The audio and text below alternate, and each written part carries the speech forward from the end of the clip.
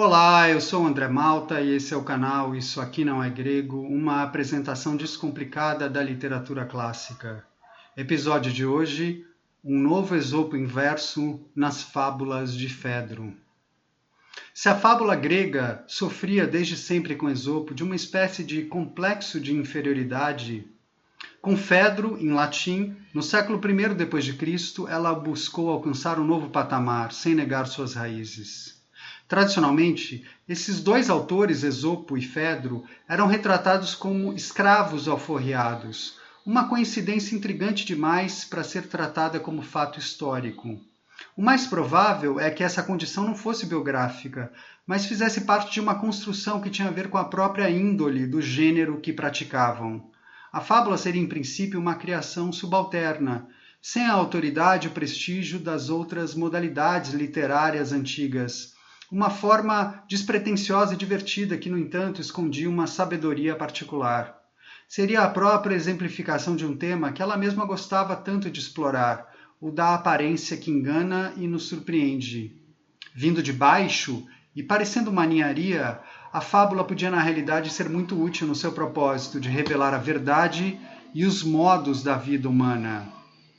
Não é por acaso que Sócrates, o espirituoso filósofo ateniense, surja como personagem em algumas delas. Sócrates nunca foi escravo, mas era um homem simples e feio de aparência. Por detrás do seu visual nada inspirador escondia-se um espírito potente. Além do mais, como numa fábula, ele era a mosca insignificante que irritava um majestoso cavalo, a cidade de Atenas que teimava em não deixar em paz. No mercado da sabedoria da Atenas antiga, ele valia bem menos que os vistosos sofistas, mas uma das suas lições era justamente essa: não apostarmos todas as nossas fichas simplesmente no que vemos. O que aparentemente não vale nada pode valer muito, e vice-versa. A vida de Sócrates teria ainda outros pontos de contato com a tradição associada à fábula, mas não quero falar deles aqui, e sim de como um episódio em particular da sua vida reforça a ligação da sua sabedoria nonchalã com esse ramo literário humilde, e de como esse episódio estabelece uma ponte entre Esopo e Fedro, entre Grécia e Roma.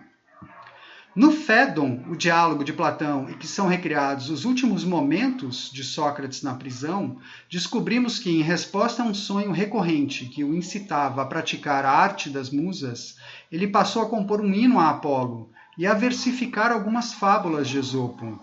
Ao fazer poesia de verdade, ele estaria assim reverenciando as musas e meio que admitindo que a filosofia não era, como ele tinha achado, a suprema poesia. Nessa mesma passagem, Sócrates já tinha citado Esopo para falar da relação entre dor e prazer que tinha experimentado quando o guarda veio soltar as suas correntes na cadeia. O famoso fabulista grego poderia, ele diz, ter criado uma bela fábula a esse respeito. Acho que esse pequeno quadro exposto no começo do Fédon mostra, entre outras coisas, como Platão via também em Sócrates muito do fabulista, por causa dessa mistura entre despojamento e sabedoria. Se Esopo é a figura ideal para criar uma história que abordasse com brevidade e singeleza como dor e prazer estão conectados, um tópico complexo e profundo, a atividade do fabulista não pode ser entendida como tacanha, a despeito da impressão inicial que transmite. Do mesmo modo, Sócrates não pode ser menosprezado no seu poder cognitivo, a despeito das suas analogias aparentemente bobas com coisas corriqueiras e do jeitão de sátiro que não deve ser levado a sério. Só que essa versificação da fábula, na qual Sócrates supostamente teria trabalhado nos seus últimos instantes de vida, não é uma realidade na coleção grega de Esopo, onde ela aparece no formato básico da prosa. Só com Fedro, séculos depois de Sócrates, é que vamos ter uma modificação importante nesse gênero. Daria para dizer que esse salto na forma se não tira da fábula aquele complexo de inferioridade que é quase estratégico para sua efetividade, dá a ela uma roupagem nova, uma autonomia, uma independência. Ela continua assim a ser essa narrativa basicamente instrutiva e indireta, e que deve ser indireta para preservar a integridade do homem simples que fala através dela.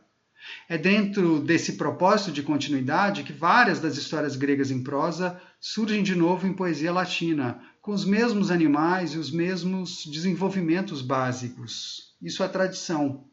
Mas, por outro lado, Fedro, atuando num ambiente letrado, com maior refinamento, consciência e experimentação literária, inocula na fábula elementos que discrepam daqueles esópicos. O complexo de vira-lata deve permanecer como uma característica da fábula, e o fato dela refletir sobre si mesma e a sua condição vem ao mesmo tempo desmentir e confirmar isso. Fedro, se a gente prestar atenção, é um nome grego dado a um escritor latino. Mas a homenagem à herança grega é dúbia. Esopo é uma espécie de interlocutor constante, a fonte que merece reverência, mas está também desalojado da sua autoridade absoluta. Nos 5 livros das fábulas de Fedro, com pouco mais de 100 peças, é a primeira pessoa do fabulista latino que tem presença marcante, a presença de um autor que pondera o legado que recebeu e como ultrapassar. Apego à brevidade da fábula, consciência da sua utilidade, ambição por aperfeiçoar o gênero, anseio por reconhecimento, esses são alguns dos elementos que repontam nos comentários feitos por Fedro, em geral ao abrir e fechar cada um dos 5 livros. São marcas de uma literatura que vê essa prática com outros olhos, com os olhos de um poeta na esteira de uma tradição que não é só da fábula apenas, mas da poesia em geral e de uma história de posicionamento em relação à poesia. Nada disso se encontra em Esopo. Seus textos não só se caracterizam, como eu disse, pelo uso básico da prosa, como tem a simplicidade, na falta de palavra melhor, da transmissão tipicamente oral. Não há um eu que dirige o curso das fábulas e a sua recepção, e as próprias histórias não revelam nenhum tipo de ajuste fino na construção. Se há certa poesia, entre aspas, em algumas peças da coleção de Esopo, ela decorre dessa rusticidade franca. Em Fedro estamos num outro território. Vejam um exemplo da fábula da raposa e do bode, uma típica fábula de animais, presente também em Esopo. A fábula conta como a raposa cai num poço e depois se aproveita do bode para dele sair. Convence-o de que a água embaixo é boa e, com o bode já lá dentro, usa seus chifres como uma escada para escapar. Em Esopo, a narrativa em prosa é até longa e traz 2 falas, ambas da raposa. Uma em que ela diz, já com os 2 presos no poço, que o melhor seria ela sair primeiro, apoiando-se nos chifres do bode, para depois puxá-lo, o que, claro, não acontece. E uma outra que encerra a fábula, onde, já fora, a raposa censura o bode por ter descido sem pensar em como sairia do poço, o que é uma construção moral dentro da própria fábula.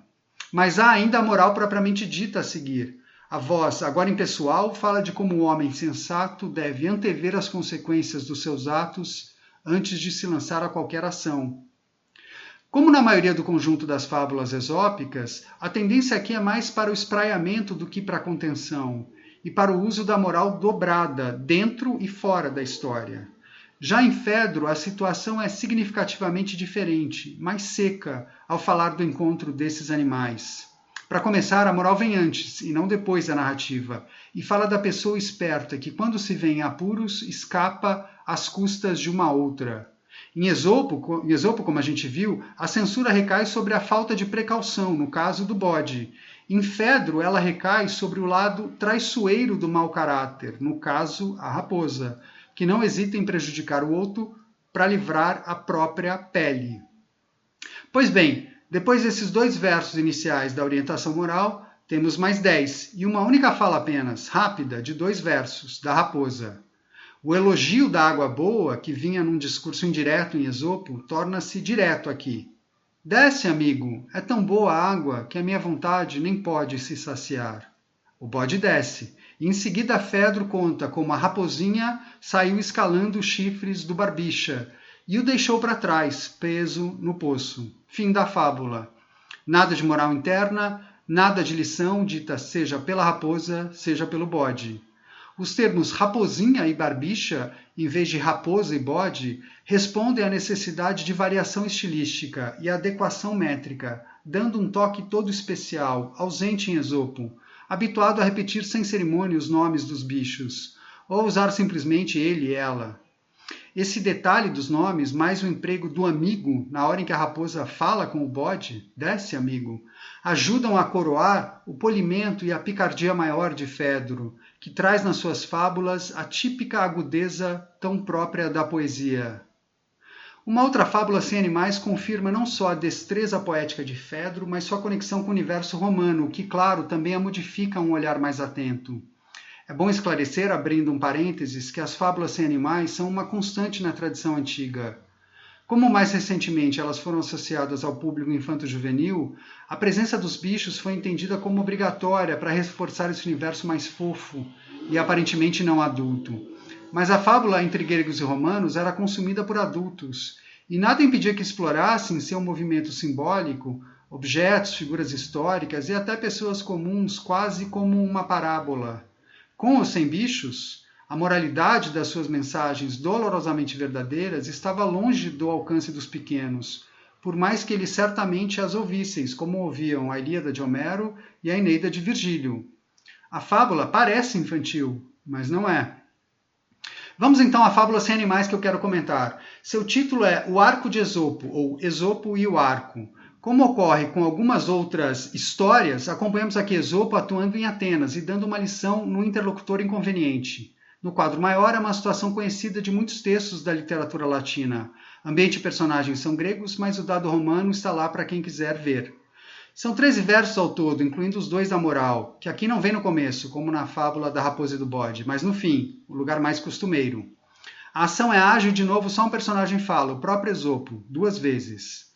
Um ateniense vê Esopo brincando de nozes com algumas crianças e dá risada, achando-o maluco.